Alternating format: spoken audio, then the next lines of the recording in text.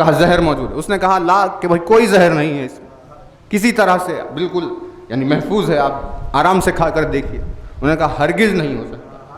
تو بات یہ طے ہوئی کہ ٹھیک ہے اگر اس میں زہر نہیں ہے اور تو سچا ہے تو پہلے تجھے کھلائیں گے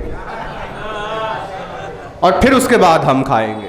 اور اب سارے ڈاکوؤں نے اسے جکڑ لیا اور زبردستی کے ساتھ اس کے حلق سے کھیر اتر گئی. کہا بھائی کیا ہوا؟ کہا کہ کمیل بات واضح ہوئی کہ سوال کیا جا رہا ہے, پروردگار تیرے جبر کے ذریعے سے مانگ رہا ہوں جو ہر شے پر غالب آنے والا ہے. یعنی جب وہ طے کر لے زبردستی کے لیے تو کوئی اسے روک نہیں سکتا. اسی کو اللہ کا جبر کہتے ہیں. اب یہ واقعہ تھا چھوٹا سا آپ کی خدمت میں, لیکن اسی جبرائیل کا بھی ایک واقعہ گزرا کہ جب شب ہجرت وہ وحی لے کر غار کو پہنچ گیا کہ جس میں رسول اعظم موجود تھے. جبریل کو حکم یہ ہوا کہ یہ وحی لے جا کر پہنچا دو, اور وہ وحی لے کر آیا رسول سے بات کرنے کے لیے. آیا کون ہے؟ جبرائیل. آیا کون ہے؟ جبرائیل, جو اللہ کی جبر کا نمونہ ہے. وہ آیا اور غار کے باہر پہنچ گیا. اس نے دیکھا کہ ایک جالا مکڑی کا بنا ہوا ہے, ایک مکڑی کا جالا بنا ہوا ہے کہ جس نے بن دیا تھا اس جالے کو رسول کی حفاظت کے لیے. اور جبرائیل نے چاہا کہ اندر چلے جائے. جب کوشش کی تو جبرائیل سے مکڑی کا جالا نہیں ٹوٹا. جبرائیل کہاں, مکڑی کا جالا کہاں؟ کتنی کوششیں ہو رہی ہیں, جالا نہیں ٹوٹ رہا. آخر کار جس مکڑی نے وہ جالا بنایا تھا, اس کوشش کو دیکھ کر اس نے پوچھا کہ تم چاہتے کیا ہو جبرائیل؟ کہا کہ میں وہی لے کر آیا ہوں, اندر پہنچانا چاہتا ہوں رسول تک. یہ جالا میرے درمیان میں آ گیا اور کتنی کوشش کر رہے ہیں ہم, نہیں ٹوٹتا. تو اس مکڑی نے کہا نہیں ٹوٹے گا جبرائیل, اس جالے میں بڑی قوت و طاقت موجود ہے, کیونکہ میں نے یہ جالا یا علی کہہ کر شروع کیا تھا. سلامت رہے.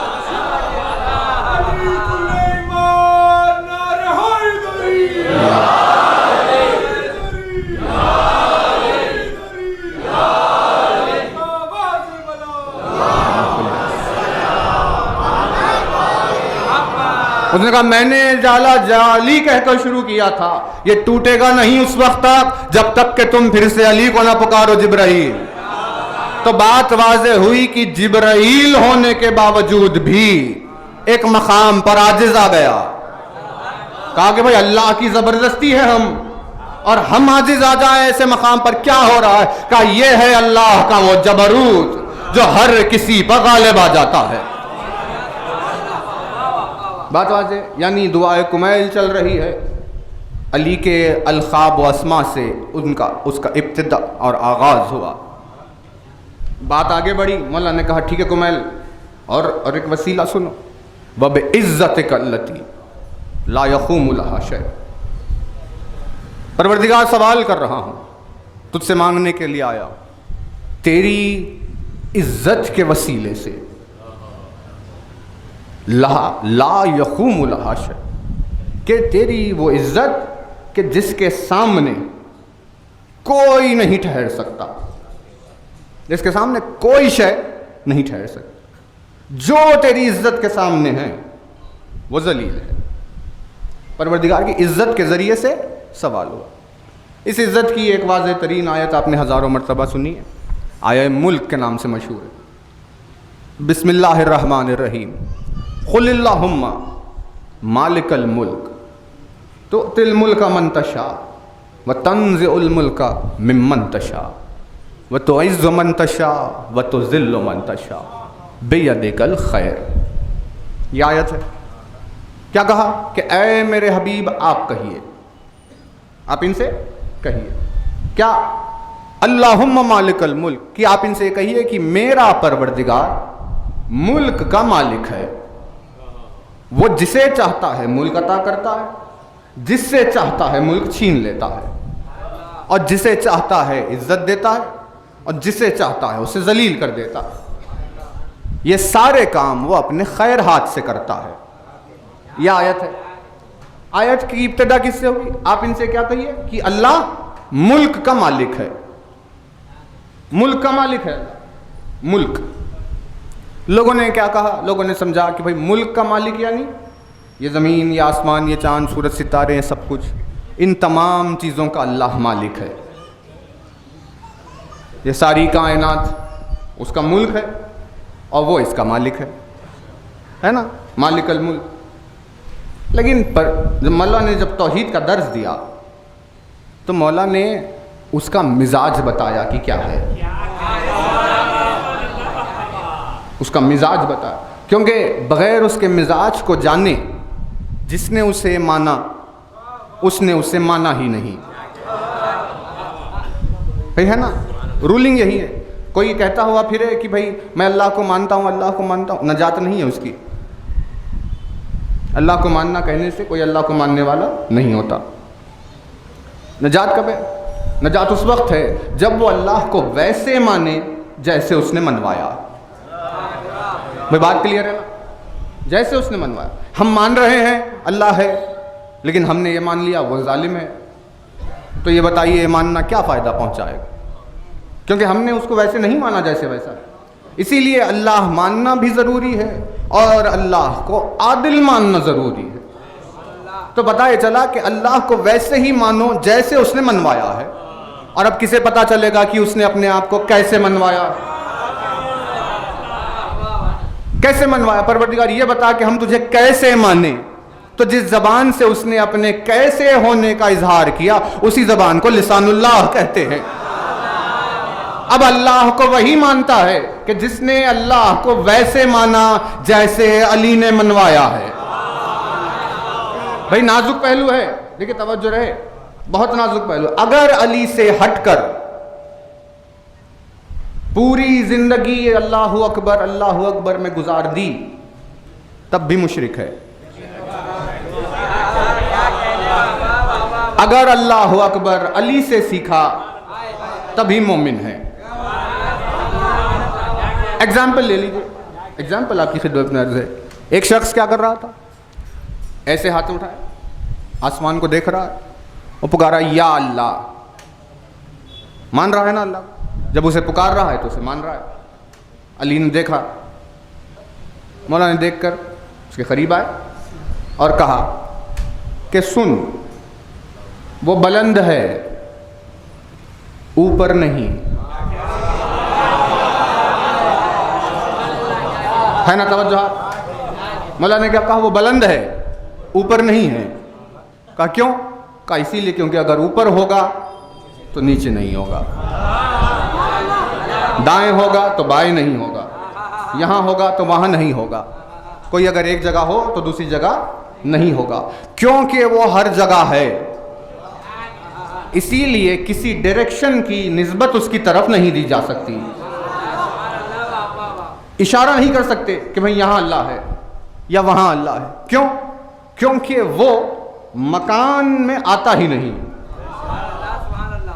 ہے نا. اب خیر وہ ایک دوسری بحث چھڑ جائے گی. توجہ رہے آگے دیکھیے، اسپیس اور ٹائم اس کے سامنے خلق ہوئے. اسپیس کو اس نے خلق کیا، مکان کو مکان، یا دیوار ہو یا جگہ ہو، یہی ہے نا. یا خالی اسپیس ہو ایسے کھلا ہوا ہال، یا دیوار بنی ہوئی ہو. اس کے علاوہ کیا؟ اب انسان کو نہیں معلوم ہے اس کے علاوہ کیا، کیونکہ ہم اس وقت آئے جب یہ دو میں سے ایک تھا، اسی لیے ہمیں ان دونوں کے علاوہ کچھ نہیں معلوم. لیکن اس نے دیوار بھی بنائی اور یہ خالی جگہ بھی بنائی. تو اس کا مطلب ہے نہ وہ دیوار میں آتا ہے نہ جگہ میں آتا ہے، اسی لیے وہ مکان سے بے نیاز ہے. تو جو مکان سے بے نیاز ہو اس کی طرف اشارہ نہیں کیا جاتا. تو اب توجہ رہے کہ وہ آسمان پر نگاہ کر کے اسے پکار رہا تھا یہ سمجھتے ہوئے کہ میں صحیح کر رہا ہوں. نہیں کی توجہ آپ نے؟ آسمان کو دیکھ کر پکار رہا تھا یہ سمجھتے ہوئے کہ میں صحیح کر رہا ہوں. لیکن علی نے بتایا کہ تو اسے اوپر سمجھ رہا ہے، اب بلند نہیں. مولا نے فرمایا کہ اس کی بلندی کا اقرار کر اور اس کے اوپر ہونے کا انکار کر. جب اس کی بلندی کا قائل ہوگا اور مکان سے اس کے بے نیاز ہونے کو مانے گا تبھی تو اللہ کو مان سکتا ہے. تو یہ نازک نازک چیزیں کہ اللہ کو کیسے ماننا ہے، یہ سوائے علی کے کسی نے نہیں سکھائی۔ اسی لیے جس نے بھی اللہ کو علی کے بغیر مانا وہ ساری زندگی تکبیر کے باوجود بھی مشرک ہی رہ جائے گا۔ توحید نام ہے محبت علی کے ساتھ اقرار خدا کرنے کا، اور اگر الفت علی نہیں ہوگی تو وہ توحید ہرگز نہیں ہو سکتی۔ بات واضح؟ تو اب یہ آیت کیا کہی؟ اس آیت نے کہا ملک کا مالک، لوگوں نے طے کر لیا کہ بھئی یہ سارے ملک ہیں، لیکن امام نے کیا کہا؟ اس کا مزاج بتاتے ہوئے مولا نے کہا کہ اس کے مزاج میں نہیں ہے کہ وہ کسی فانی چیز کے مالک ہونے پر ناز کرے۔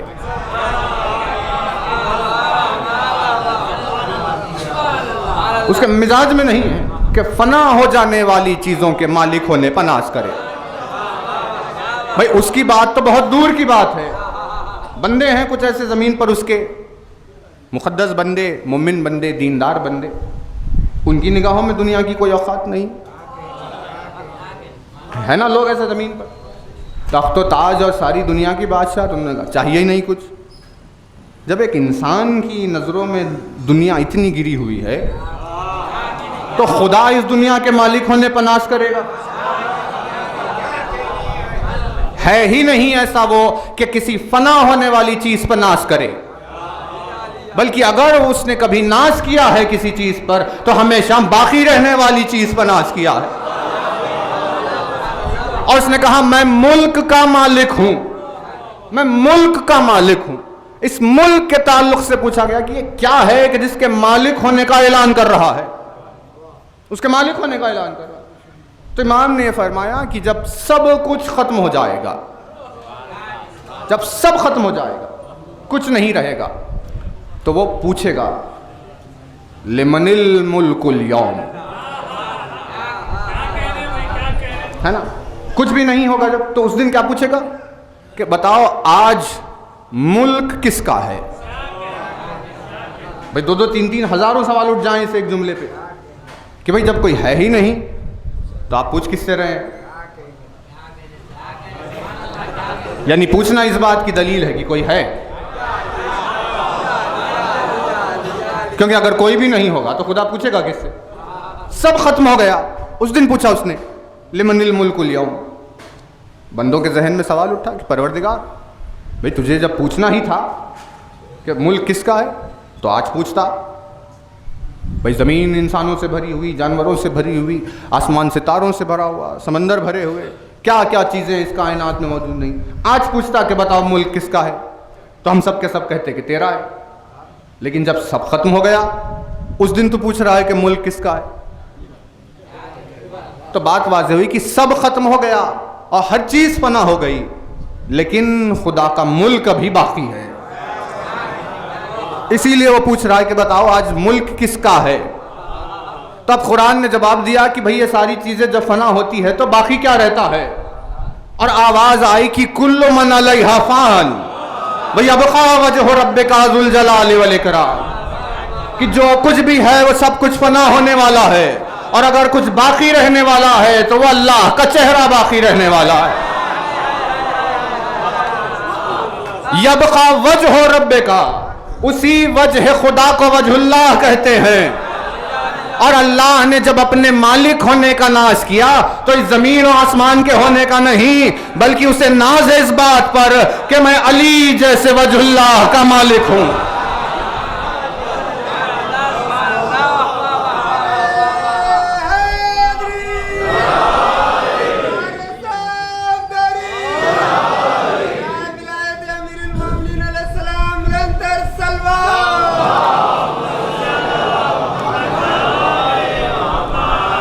بھئی وجہ اللہ کا مالک، خدا کو ناز اپنے آپ پر علی سے ہے،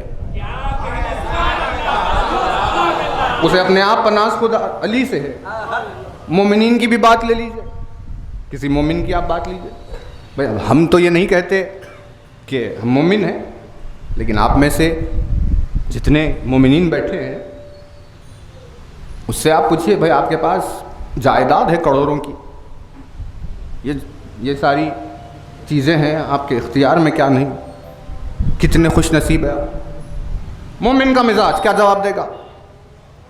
یہ سب سے کوئی چیزیں ہیں، کروڑوں کے ہے تو کیا بات، کوئی قیمت نہیں ان کی، ہے نا مزاج۔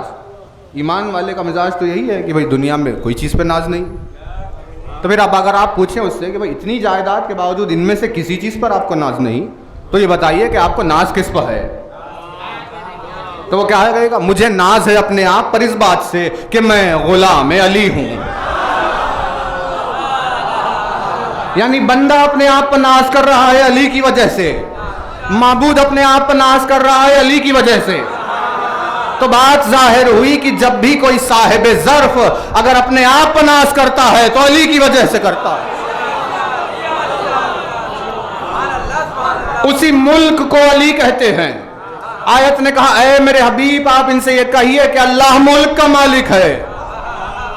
ہے نا قرآن مجید میں اللہ نے اپنے آپ کو مقامات پر کچھ مالک کہا، مالک یوم الدین، میں دین کے دن کا مالک ہوں۔ مالک کہا میں مالک ہوں، کس کا؟ کہا دین کے دن کا۔ لوگوں نے پھر سے وہی کیا، بھائی اس دن کا مالک ہے وہ جس دن ہم سے پوچھے گا پیسے کہاں سے کمائے، کہاں خرچ کیے، تنہائیوں میں کیا کیا، محفلوں میں کیا کیا، کتنوں کو ستایا، کتنوں کو آرام پہنچایا، یہ ساری باتیں چل رہی۔ اس دن کا میں مالک۔ کہاں انسان کی کمظرفیاں، اور وہ دن کہ جس دن انسان کی کمظرفیاں کھل کر باہر آئے گی، ایسا صاحب ظرف و بلند ترین و عظیم ترین پروردگار اس دن پر کیا ناز کرے گا؟ بھئی آخر کس چیز پر ناز ہے؟ قیامت میں لوگوں کے حساب کتاب کرنے پر؟ کس لوگوں سے حساب پوچھ رہا ہے؟ بھئی انسان جب اپنے گھر میں کسی کو مہمان لائے تو کیا دیکھتا ہے کہ وہ کتنا کھا پی رہا ہے؟ پھر جاتے وقت حساب ہو گیا کہ بھئی اتنے دانے کھائے، اتنا پانی پیا آپ نے، ساری چیزیں، یعنی ظرف کے خلاف ہے نا، بلندی ظرف کے خلاف یہ باتیں کہ ان ساری چیزوں کا حساب نہیں ہوتا۔ ویسے ہی خدا انسان کی ان کمزوریوں کے حساب کے لیے اپنے آپ کو قیامت کے دن کا مالک نہیں کہہ رہا، بلکہ مالک یوم الدین۔ اس دین کے تعلق سے جب رسول سے پوچھا کہ یا رسول اللہ دین کیا ہے بتائیے، تو رسول نے جواب دیا کہ الدین و اصل الدین وہو علی ابن ابی طالب، کہ دین بھی علی ہے اور دین کی اصل بھی علی ہے، اور علی سے ہٹ کر دین کچھ بھی نہیں ہے۔ یوم الدین مطلب وہ دن کہ جس دن اللہ علی کے تعلق سے پوچھنے والا ہے۔ بھئی یہی حکمت ہے۔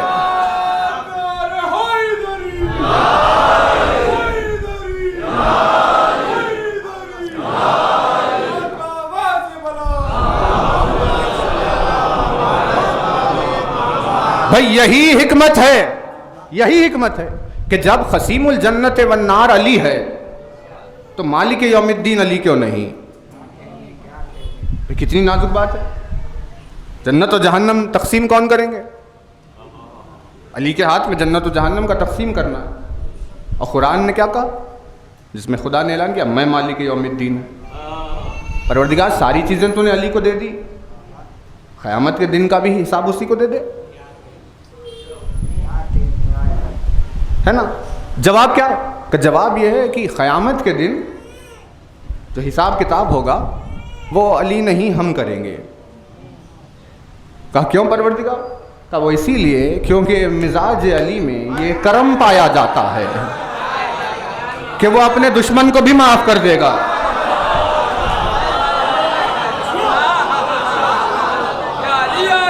وہ اپنے دشمن کو بھی معاف کر دے گا، لہٰذا اس دن حساب ہمارے ہاتھوں میں ہوگا، کیونکہ ہم یہ تو برداشت کر لیں گے کہ ہمارا کوئی دشمن بخش کر چلا جائے، لیکن یہ معاف نہیں ہوگا کہ کوئی علی کا دشمن جنت میں چلا جائے۔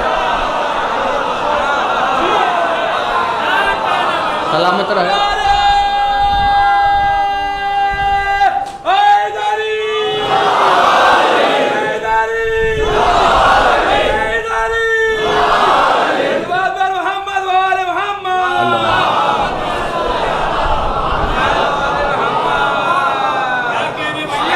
بھائی زیارت ہے، زیارت سار اللہ و ابن سارے، اس حسین پر سلام جو سار اللہ ہے، سار اللہ کا بیٹا ہے۔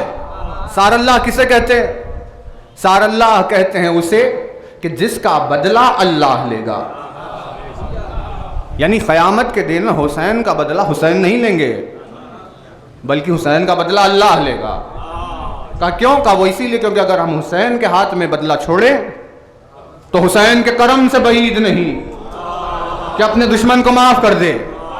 تو خدا نے کہا کہ بھئی یہ گوارا نہیں ہو سکتا کہ کوئی دشمن حسین معاف ہو جائے، لہذا کہا سار اللہ و ابن سارے ہی کہ اے علی آپ ہٹ جائیے، اب اس کا حساب ہم لیں گے۔ اسے انسانوں کے یہ ذاتی معاملات میں حساب و کتاب کرنے کے لیے اس نے اپنے آپ پر ناز کرتے ہوئے مالک یوم الدین نہیں کہا، یہ ساری چیزوں کے لیے تو قسیم الجنت والنار موجود ہے۔ کہا کہ بھئی یہ تیرا، یہ میرا، یہ ساری چیزیں ہو گئی۔ کہا لیکن اگر کوئی دشمن علی آئے گا حساب کے لیے تو اب اس کا حساب ہم لیں گے، اور روز محشر خدا جس چیز کا سوال پوچھنے والا ہے وہ ولایت علی کا سوال ہے۔ اسی لیے کہا مالک یوم الدین، کہ میں دین کے دن کا مالک ہوں۔ اب کتنوں سے اس نے روزانہ اس نے کتنے لوگوں سے کم از کم 10 بار اقرار لیا مالک یوم الدین، لیکن یہ پڑھے جا رہے ہیں اور انہیں اندازہ ہی نہیں کہ مالک یوم الدین ہے کون، مالک یوم الدین کیا ہے، کیوں ہے، کون ہے، پڑھے جا رہے ہیں۔ اسی لیے اب قیامت کے دن ان کے پاس فرار کرنے کی کوئی راہ موجود نہیں ہوگی۔ کہا یہ کیا ہے پروردگار؟ کہا تو ہی تو کہتا تھا مالک یوم الدین۔ ساری چیزیں چلی، وہی ملک ہے۔ قل اللہم مالک الملک تؤتی الملک من تشاء وتنزع الملک ممن تشاء۔ آپ کہیے میرے حبیب کہ میں ملک کا مالک ہوں، جسے چاہوں ملک عطا کر دوں، جسے چاہوں اس سے ملک چھین لوں، اسے ملک سے محروم رکھوں۔ تو اس کا مطلب یہ نہیں ہے کہ خدا کسی کو گھر دینے کی، جائیداد دینے کی بات کر رہا ہے کہ جس سے چاہے جائیداد دے دوں، جس سے چاہے جائیداد چھین لوں۔ بھئی خود کم از کم اس کے عدل پر تو ایمان رکھے مسلمان۔ بھئی اس زمین میں بادشاہ کتنے گزرے، جتنے بھی گزرے ہیں، لیکن بادشاہوں میں اکثریت کس کی گزری ہے؟ ظالموں کی۔ ظالموں کے سوا بادشاہ زیادہ تر کس کے حق میں آئی؟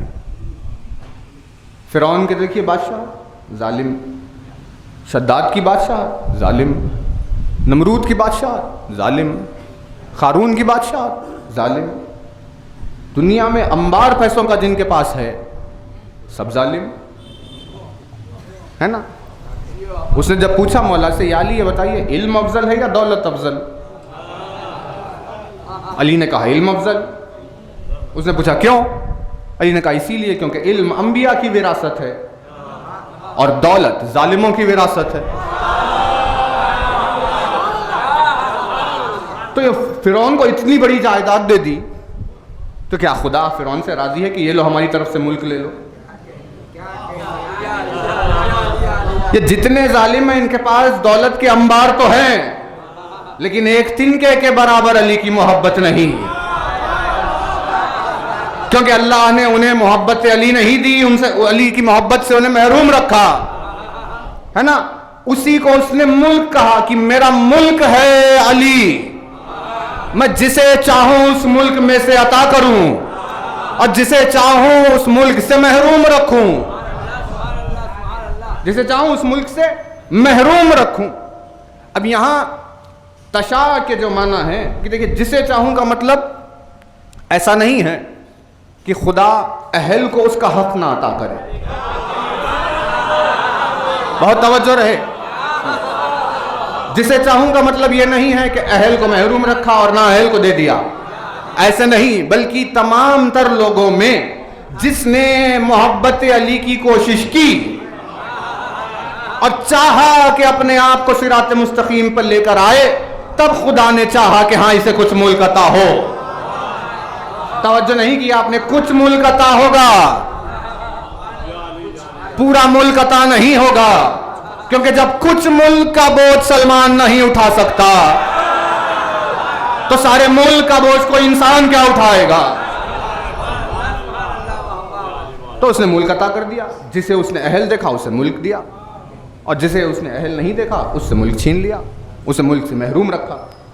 اب اسی کے ساتھ جڑی ہوئی ایک اور صفت، تو عز من تشاء و تذل من تشاء، جسے چاہوں عزت دوں، جسے چاہے ذلیل کر دوں، ہے نا؟ سینٹنس بنا، لینگویج میں سینٹنس جب بنتا ہے تو جیسے انگلش میں آپ نے 3 چیزوں کے نام لکھے، بعد میں اینڈ یا اور لگایا جو بھی، پھر 3 چیزوں کے نام لکھے، اور لاسٹ میں آپ نے لکھا ریسپیکٹیولی، تو اس کا مطلب کیا ہے؟ اس کا مطلب یہ ہے کہ پہلی چیز سے، دوسری چیز سے، تیسری چیز سے، بجائے اتنی ساری تفصیل لکھنے کے آپ نے ایک لفظ لکھ دیا، بھائی ریسپیکٹیولی حساب لگا لو۔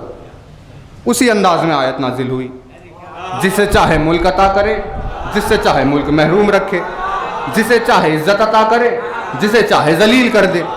تو اس کا مطلب یہی نکلا کہ اللہ نے جسے عزت دینا چاہی اسے ملک عطا کیا، جسے ذلیل کرنا چاہا اسے ملک سے محروم رکھا، اور جسے ملک عطا کیا اسے عزت مل گئی، اور جسے ملک سے محروم رکھا وہ ذلیل ہو گیا۔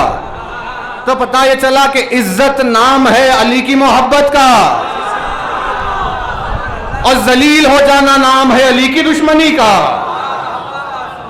وہ اسی لیے کیونکہ دنیا تمام سب کو اگر کسی کو پلکوں پر بٹھائے تو خدا کے نزدیک عزیز ہونے کی دلیل نہیں ہے، لیکن اگر خدا کسی کو اپنے نزدیک عزیز رکھتا ہے تو ساری دنیا اس کی مخالفت کرے لیکن وہ کبھی ذلیل نہیں ہو سکتا۔ تو اس ملک کی تقسیم سے عزت و ذلت ملتی ہے، جسے عزت دینا چاہا اسے علی والا بنایا، جسے ذلیل کرنا چاہا اسے دشمنان علی میں رکھا۔ اور آیت کے آگے بڑھتے بڑھتے اختتام یہاں پر یہ ہوا کہ بیدک الخیر، کہ وہ یہ عزت اور ملک کی تقسیم اپنے خیر ہاتھ سے کرتا ہے۔ بیدک الخیر، یہ کام وہ اپنے اچھے ہاتھ سے کرتا ہے، کہ پروردگار نہ جسم تیرا نہ کوئی ہاتھ تیرا۔ یدک الخیر کا مطلب کیا ہوا؟ کہ وہی یدک الخیر ید اللہ ذات علی ہے، کہ جس سے عزت و ذلت کی تقسیم ہوتی ہے، جس کے سینے میں علی کی محبت کا نور دیکھا اس نے اسے عزیز بنا دیا، جسے اس نے ذلیل کرنا چاہا اس سے دور رکھا۔ مولا نے کمیل سے کہا، کمیل مانگو تو دعا مانگو تو صحیح، وسائل کے ذریعے سے مانگو۔ جبروتک التی غلبت بہا کل شیء وبعزتک التی لا یقوم لہا شیء۔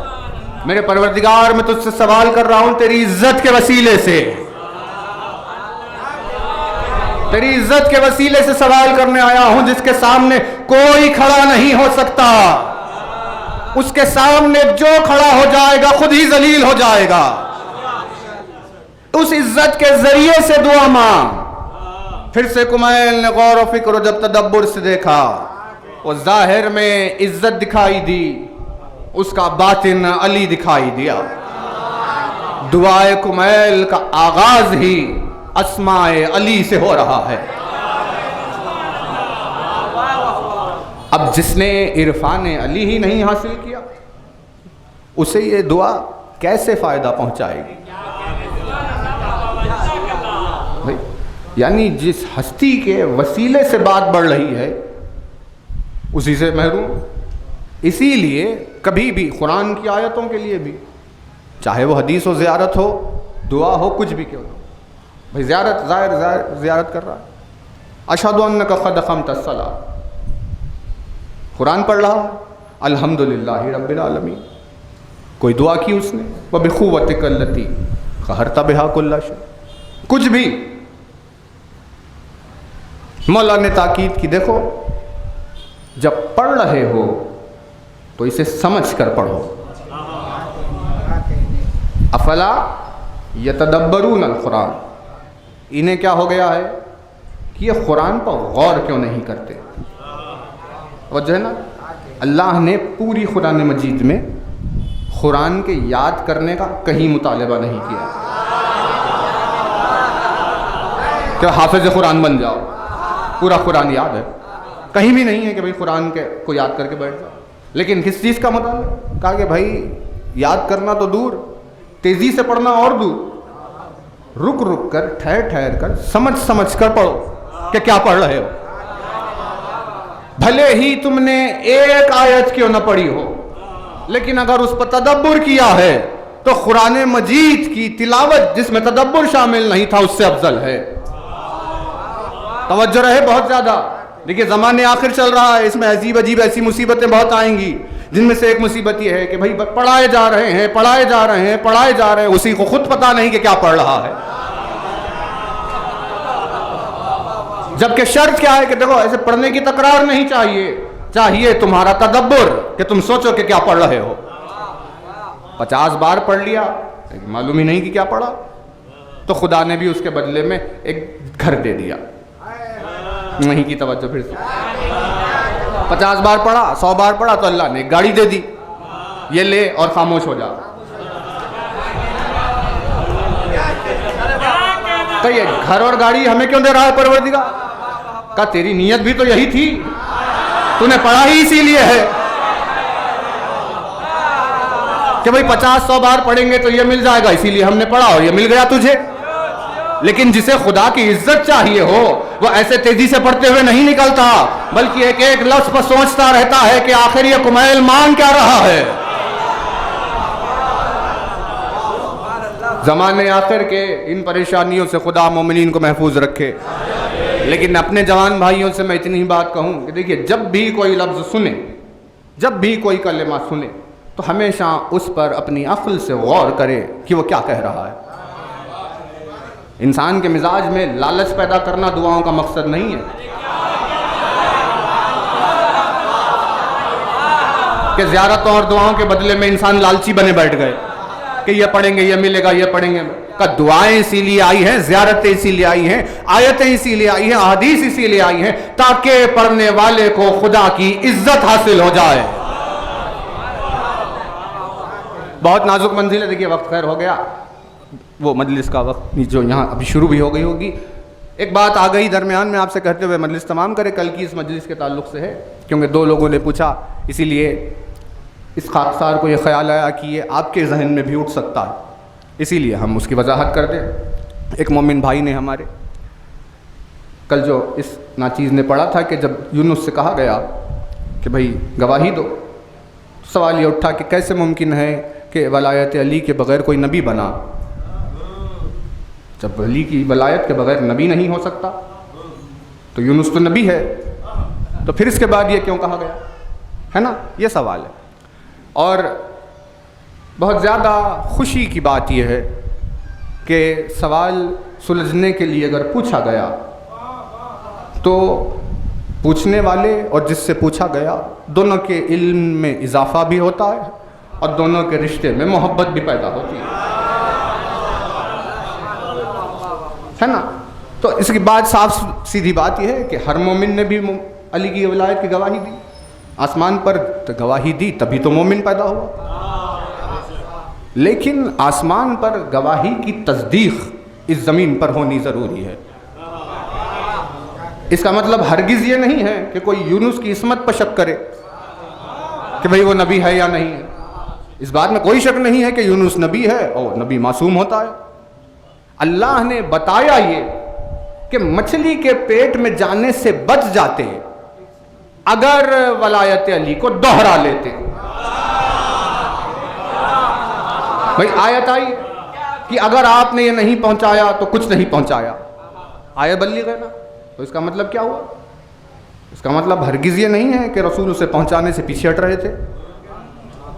بات واضح. کوئی عصمت رسول پر سوال نہ اٹھائے کہ رسول اس بات کو پہنچانے سے پیچھے ہٹ رہے تھے. بھائی جب ایک مومن علی کی ولایت کے اعلان میں اپنی جان کی پرواہ نہیں کرتا اور رسول اعظم جس سے سلیقہ سیکھا ہے اسے کس چیز کی پرواہ ہوگی علی کی محبت کیا. ہرگز وہ نہیں ہے. لیکن خدا نے یہ بتایا کہ اس موقع اور نزاکت کی اہمیت کیا ہے کہ جب ہم اپنے رسول سے یہ کہہ سکتے ہیں تو تمہارا کیا حال ہوگا. ہے نا بات واضح ہو رہی ہے. تو کبھی بھی دیکھیں تجدید کہتے ہیں اسے تجدید وضو، تجدید بیت، ایسی بہت ساری چیزوں کی تجدید ہوتی ہے جو آپ نے کی ہوئی ہے آلریڈی لیکن پھر کرتے ہیں. ہے نا، وضو کیے ہوئے، نماز پڑھی، ظہر کی نماز پڑھی، مغرب کا وقت آ گیا، وضو کر لیا وضو. اب ان کے دل میں 4 گھنٹے 5 گھنٹے ہو گئے، انہوں نے کہا کہ بھئی پھر سے وضو کریں. اسے کہتے ہیں تجدید وضو. یعنی ایک کوشش کرنے والا اپنی طرف سے کسی اعتراض کی گنجائش نہیں رکھتا، وہ اپنی پوری کوشش کرتا. یہ ہے تجدید. ویسے ہی ہے تجدید گواہی. بھائی ہم نے جب ولایت کا اقرار کیا بات ہو گئی، لیکن آپ پھر نماز میں کہتے ہیں اشہد ان لا الہ الا اللہ، اللہ اکبر. تو بھائی جب گواہی دی ہے تو پھر کیوں کہہ رہے ہو؟ صبح میں نماز پڑھی، فجر میں گواہی دے لی، اب پھر ظہر میں کیوں کہیں؟ کا بات وہ نہیں ہے کہ تم نے نہیں کیا کافر ہو گئے. بات یہ ہے کہ اس کے دین پر عمل کی تکرار کرتے رہو. باب حتہ کا بھی ویسا ہی ہے جو جناب موسیٰ کے لیے آیا تھا، بنی اسرائیل سے کہو کہ نیچے سے چلے جائیں تاکہ بخشے جائیں. ویسے ہی یونس کے لیے کہا کہ بھئی آپ اسے دہرائے تاکہ اس مچھلی کے پیٹ میں جانے سے رہ جائے. لیکن جب انہوں نے سوال کیا کہ اس دنیا کے ظاہری معاملات کے تعلق سے، جیسے ہمیں یاد نہیں کہ بھئی عالم ارواح میں کیا ہوا تھا، ویسے نبی نے جو عالم ارواح میں گواہی دی خدا نے اس کے تکرار کیا. اب اس پہلی چیز کو دنیا سے کوئی جوڑ نہیں سکتا، ہے نا. دنیا میں جو حکم آ گیا خدا پر آسمان پر شاید ہم نماز پڑھتے تھے، لیکن زمین پر حکم آیا نماز پڑھو، تب ہمیں بحث کی گنجائش نہیں، پڑھنا ہے. جو بھی حکم آیا. ویسے ہی اللہ نے یونس کو حکم دیا. اب نازک چیز یہ ہے، صرف جو نوجوان بیٹھے ہیں ان کے تک بات واضح پہنچ جائے، حالانکہ بہت بڑا عنوان ہے، ہمارے ذہن میں ہے، موقع نہیں مل رہا کہ کہاں پڑھے. اس عنوان کا نام ہے گراؤنڈ فورس. اب اس کا ایسا نام کیوں ہے وہ تو مجلس کے دن ہی پتہ چلے گا. لیکن 2 چیزیں ہیں، بہت توجہ رہے. یہ ایک بات ہزاروں قسم کے سوالوں اور اعتراضوں کو دور کرتی ہے. یہ ایک بات. 2 چیزیں ہوتی ہے، ایک ہوتی ہے گائیڈ لائن، ایک ہوتا ہے پروگرام. گائیڈ لائن کے معنی ہدایت کے ہے، پروگرام کے معنی انسٹرکشن کے ہے. دونوں میں فرق یہ ہے کہ انسانوں کے سامنے گائیڈ لائن رکھی جاتی ہے اور مشین کے سامنے پروگرام. وہ فرق اسی لیے ہے کیونکہ مشین کا نہیں اس کی عقل نہیں ہوتی اور انسان کے پاس اس کی عقل ہوتی ہے. اسی لیے قرآن کیا، ہادی کسے کہتے ہیں؟ ہادی گائیڈ کو کہتے ہیں، پروگرامر کو نہیں کہتے. ہدایت کسے کہتے ہیں؟ گائیڈ لائن کو کہتے ہیں. جیسے آپ نے دیکھا کہ بھئی کیپ لیفٹ، روڈ پر چلتے ہو بائیں ہاتھ سے چلیے ادھر سے، ہے نا.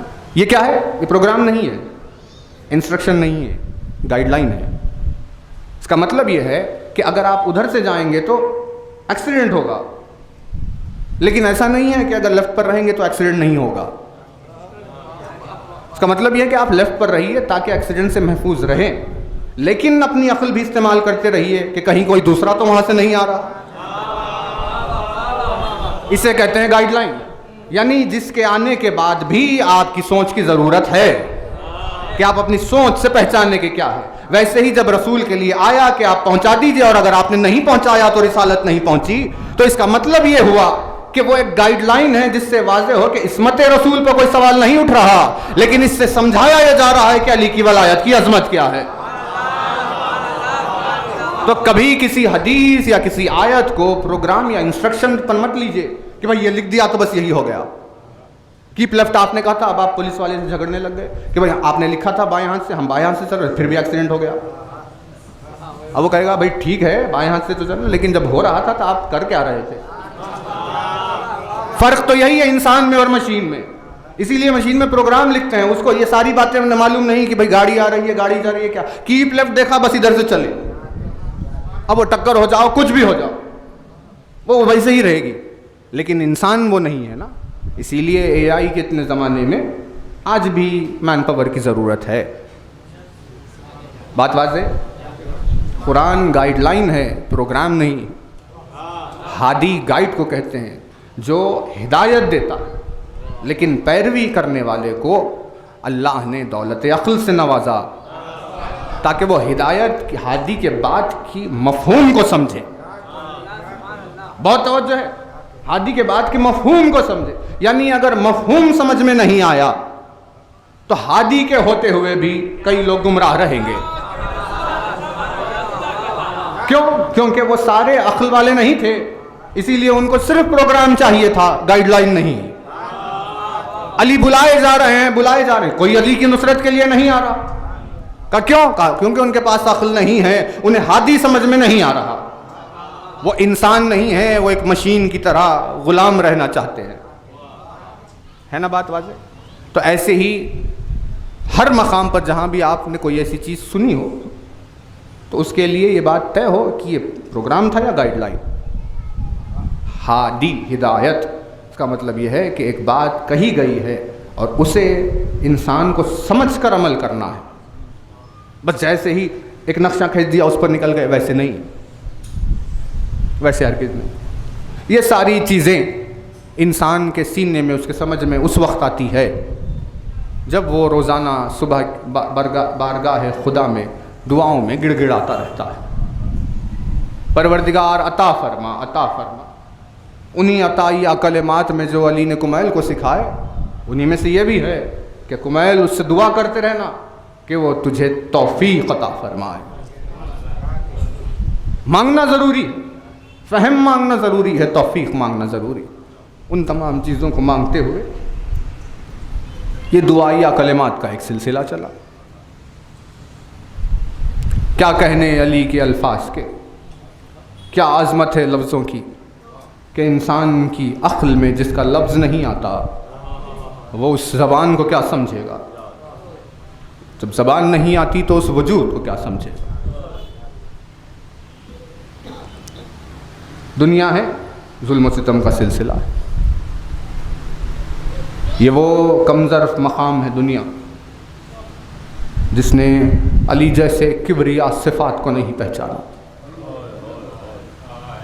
ماہ محرم کے ایام گزر رہے، 4 محرم آئی ہے، 4تھی محرم جڑی ہوئی ہے مخصوص نسبت کے ساتھ غربت عباس سے.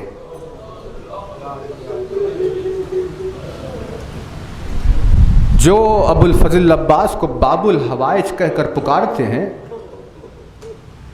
وہ ایسے ہی نہیں، کیونکہ اس ذات کو یہ احساس ہے کہ کسی کی حسرت جب سینے میں دب جاتی ہے تو اس کے لیے وہ کتنی بڑی مصیبت کی کیفیت ہوتی. قافلہ حسین کربلا کے میدان میں 2 محرم کو پہنچ گیا اور حسین نے فرات کے کنارے خیمے لگائے.